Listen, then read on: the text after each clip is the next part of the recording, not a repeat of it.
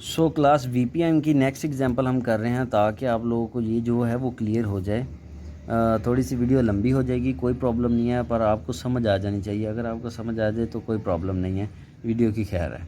ठीक है, तो 3 2 8 1 6 3 7 5 3 4 9 और 2।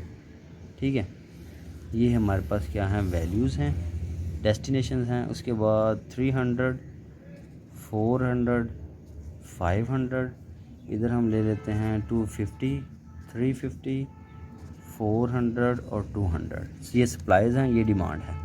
ठीक है, तो सबसे पहले हमने क्या देखना होता है, हमारी सप्लाई और डिमांड जो है वो सेम है या नहीं है। ठीक है, काउंट करें, सप्लाई और डिमांड सेम है। देखते हैं 5 और 4 9 9 और 3 12 12 तो 100 आ गई, 1200। ये लिखनी नहीं है, वैसे आपको बता रहा हूँ। 4 और 2 6 6 और 6 12। ठीक है, तो सबसे पहले क्या करना होता है, हमने कॉलम डिफरेंस और रो डिफरेंस जो है वो फाइंड करनी है।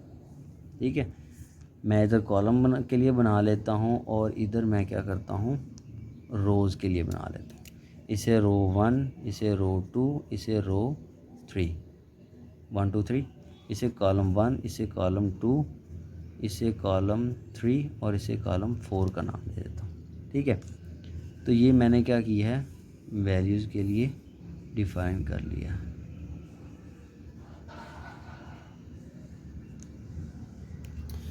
सबसे पहले हमने क्या करना है, रो डिफरेंस और कॉलम डिफरेंस जो है वो फाइंड करनी है। ये रो 1 है, ये रो 2 है, ये रो 3 है। तो पहली रो में सबसे जो लीस्ट वैल्यू वो क्या है, 1 है, और उसके बाद क्या है, 3 है। तो दोनों का डिफरेंस क्या आ जाना है, 2। दूसरी रो में सबसे कम छोटी वैल्यू 2 है और उससे बड़ी क्या है, हमारे पास 5 है। दोनों का डिफरेंस क्या आ जाना है, 3। ठीक है, तीसरी रो में सबसे छोटी 2 वैल्यू है और उससे बड़ी क्या है, 3 है। दोनों का डिफरेंस क्या आ जाना है, 1। सेम इसी तरह कॉलम में करना है। पहले कॉलम में सबसे छोटी वैल्यू 2 है और उससे बड़ी क्या है, 3, और दोनों का डिफरेंस क्या है, 1। दूसरे कॉलम में सबसे छोटी वैल्यू 1 है और उससे बड़ी 3 है, दोनों का डिफरेंस क्या है, 2। तीसरे कॉलम में सबसे छोटी वैल्यू 3 है, उससे बड़ी 5 है, दोनों का डिफरेंस 2। चौथे कॉलम में सबसे छोटी वैल्यू 2 है और उससे बड़ी क्या है, 4, दोनों का डिफरेंस 2।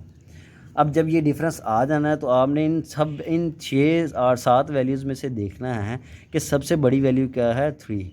और 3 कहाँ पे है, रो 2 में। तो हमने कहाँ जाना है, रो 2 में जाना है। रो 2 जब आ गई हमारे पास, तब सेम पीछे वाले प्रोसेस करने हैं। वो क्या, सबसे छोटी वैल्यू देखनी है, इसमें 2 है, ये 2 पे हम आ गए।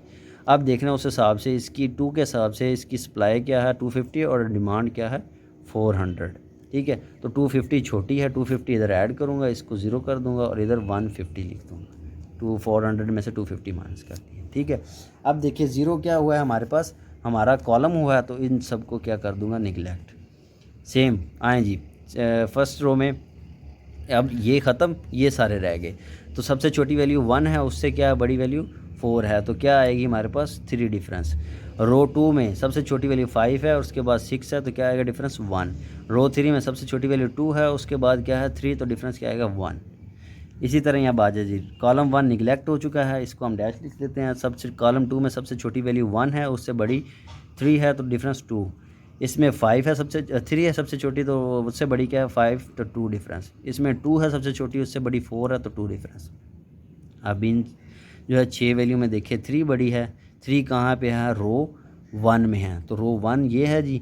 रो 1 में काम करना है हमने। रो 1 में सबसे छोटी वैल्यू कौन सी है, 1, तो 1 में हमने काम करना है। इसके करस्पॉन्डिंग देखिए सप्लाई क्या, 350 और 300, तो लिहाजा हम 300 ऐड करेंगे, छोटी वैल्यू ऐड करते हैं।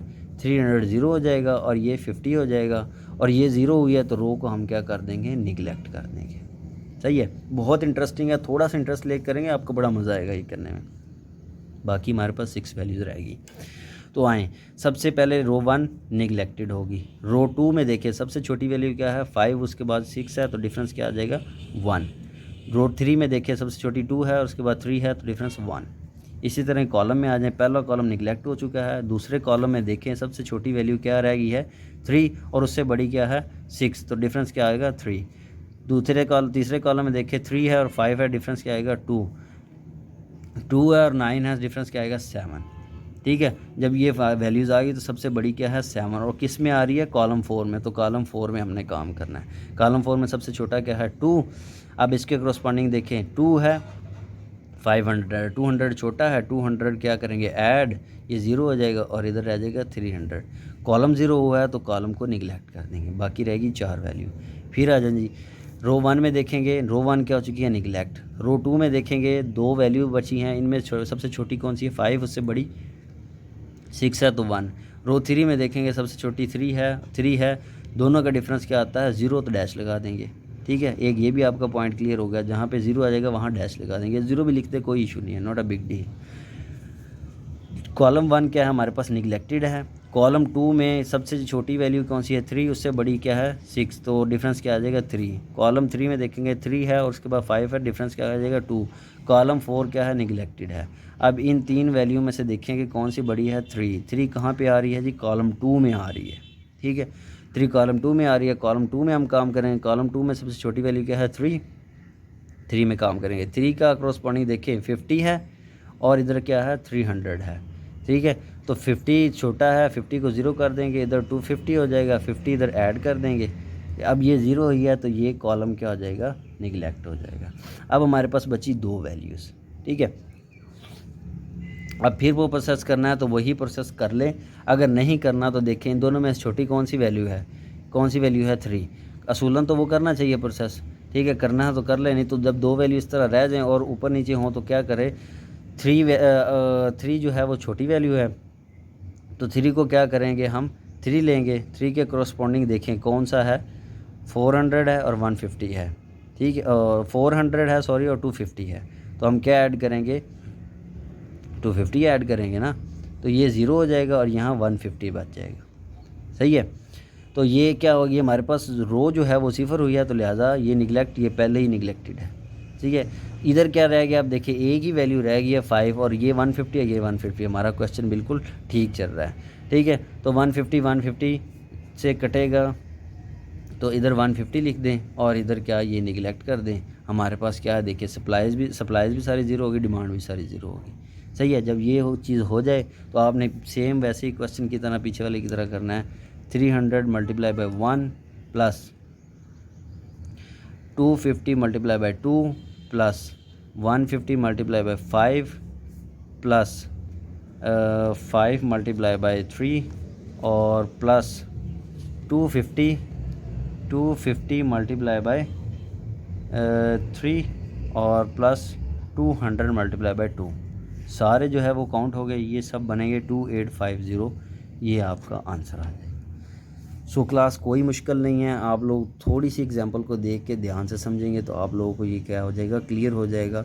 कुछ भी नहीं करना, सबसे रो डिफरेंस लेनी है पहले, फिर कॉलम डिफरेंस लेना है। रो डिफरेंस किस तरह लेनी है, पहली रो में सबसे छोटी वैल्यू देखनी है और उसके बाद उससे बड़ी वैल्यू देखनी है, दोनों का डिफरेंस इधर लिख लेना है।